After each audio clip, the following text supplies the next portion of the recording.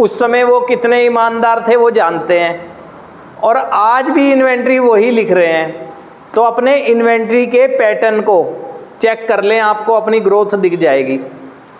लिखते पहले भी आप ही थे और लिखते आज भी आप हैं। आपको दिख जाएगा कि आपके सोच में किस तरह से धीरे धीरे बदलाव आने लगा, तो आपके लिखने के तरीके बदलने लगे।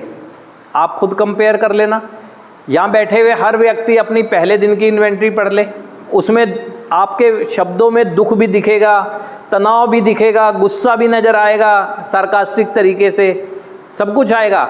लेकिन आज के दिन जो आएगा निकल के, आप खुद कहोगे कि लगभग मैं रियल फीलिंग लिख रहा हूँ ना। आप अपना खुद रिपोर्ट कार्ड तैयार कर सकते हैं। तो यही चीज़ वो है ना। इसीलिए fake it to make it वाली बात कही गई है कि आप यहाँ पर बोलें। कोई चाहे कुछ भी सोच रहा हो कि ये बोल रहा है दिखावे के लिए बोल रहा है, ऐसा है, चाहे आपको भी लगता हो कि मैं दिखावा कर रहा हूँ, लेकिन कुछ तो कर रहा हूँ ना।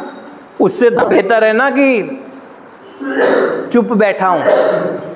उससे तो बेहतर ही है ना कि अगर कोई व्यक्ति यहाँ खड़ा होकर बोल रहा है, बेशक वो अपनी वास्तविकता नहीं है उसकी, लेकिन औरों से तो अच्छा है ना, क्योंकि सब तो चुप बैठे हैं, वो अकेला बोल रहा है। बोलने से कुछ ना कुछ तो उसको आएगा ना, और एक दिन ऐसे ही करते करते वो वास्तविकता पे आ जाएगा। शुरुआत करने को कहा जा रहा है। आपको क्यों इतना जोर दिया जाता है शेयरिंग पर? वो इसलिए दिया जाता है कि हम लोग कभी अच्छे हुआ करते थे, बोलते थे, व्यवहार था, सबसे मिलते थे, जुलते थे, सोशल गैदरिंग में एक एक्साइटमेंट होता था, जाते थे। लेकिन अब नशे के प्रभाव की वजह से हम एकांतवासी हो गए।